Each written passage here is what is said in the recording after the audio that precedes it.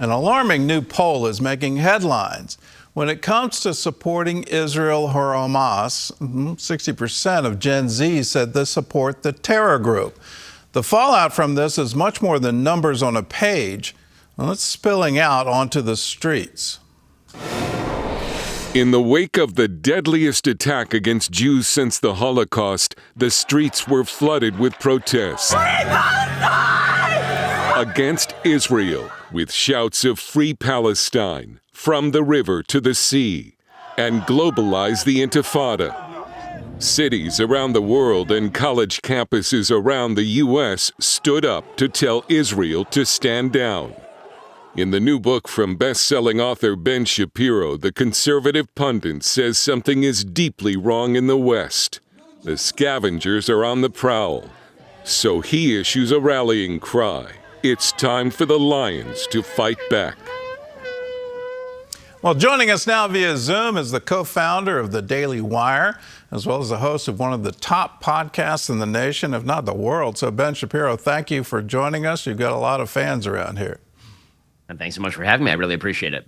I've got to ask, your book, Lions and Scavengers, you must have jumped out of your chair when Rising Lion was the operational title when Israel went after Iran and the weapons of mass destruction. So what was your reaction to that? It was definitely a pure coincidence and a happy coincidence, because obviously I think that Israel striking Iran after being under threat from Iran for decades at this point was definitely the kind of move that a lion would make. So, good for Israel for doing that. Good for President Trump for taking out the Iranian nuclear facilities. When you wrote the book, were you aware of Numbers chapter 23? I assume you were, but it's not in the book, but it's definitely part of Scripture. Yes. I mean, definitely when I was talking about lions, that there are many biblical references to lions, the Lion of Judah, the Lion of David, Samson among the lions. I mean, like there are many references to lions throughout Scripture, and that was definitely, kind of front of mind. Okay. Well, let's talk about the protest, because it just seems to be amazing to me that Israel can win every battle, can win all the wars, but it seems to be unable to win the peace, any kind of lasting peace. And the protests that we see, it used to be, I sort of expected it on the streets of Ramallah. I expected candy to be distributed anytime there was a terror attack, the terrorists to be rewarded. But we're now seeing it in New York, London, Paris, Ivy League campuses. What's changed in the West? I mean, I think what's changed in the West is that as a civilization, we grew tired of defending ourselves, and we simply allowed our kids, mainly, to become scavengers. The division that I make in the book between lions and scavengers is an ideological and philosophical one. Lions are people who wish to build up the institutions of Western civilization, people who want to build social fabric, who see that they have a godly duty to act in the world. Scavengers are people who look at their problems and immediately assume that society is to blame for all of that and all the systems have to be torn to the ground. And when you don't teach kids personal responsibility, when you teach them that their problems are actually somebody else's fault, and when you teach them that the greatest virtue is victimhood, what you end up with is an entire generation of people who buy into a sort of oppressor-oppressed matrix, whereby success means that you're exploiting somebody, and failure means that you have been exploited and are therefore a victim and are therefore justified in anything that you do. Well, I think it's actually taught into them. I'm not sure it's an active choice, but I'm hearing it again and again and again that, if you've made money, if you've had success in this world, it must have been because you took advantage of somebody. And it just seems to be endemic among young people. At the same time, I've got to ask, why do you think they've been so quick to embrace this thought pattern? I mean, I think the reason is because if you're looking at particularly highly educated and fairly wealthy young people, they're bored. I mean, they're bored. They have been robbed of the place that God used to hold in Americans' lives. And now they're filling that with some other great cause. And the greatest cause they can think of is tearing down all the systems that have supposedly given them this unearned wealth that allows them a feeling of kind of moral superiority, to look at the wealth that they grew up with, prosperity and the education, and spit in its face and say, well, that's only because I am privileged. I'm better than all the other people who are like me. I'm the kind of person who is going to turn that privilege against the privilege itself. And now you're the hero in the story rather than the villain in your own mind.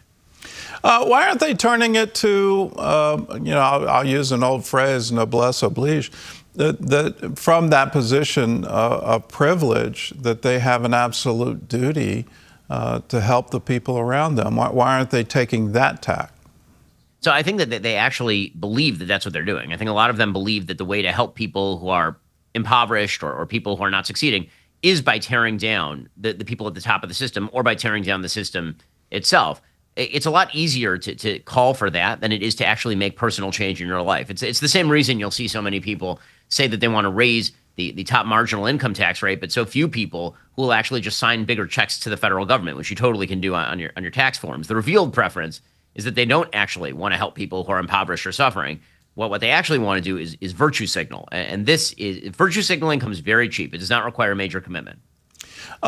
In trying to tear down the whole system, and I'm definitely hearing that from protest groups today, that the whole system needs to be torn down. Do they actually understand they're buying into a Marxist ideology, critical theory that says first we have to tear everything down before we can rebuild it properly? I'm not sure that they know that that's what they're doing. That's clearly what they're doing. And I think what they would say is everything has to be torn down. And if you want to call me a communist, go ahead. And that's why what you've seen alongside those poll statistics that are so terrible about Hamas is that among young people, sort of antipathy toward socialism and communism has disappeared. So capitalism is actually more unpopular with many young people at this point than socialism and communism. Yeah, I agree. Let's turn our focus to Israel. And it really does pain me to hear in the climate today, Israel being accused of genocide, being accused of being an apartheid state, a colonial power.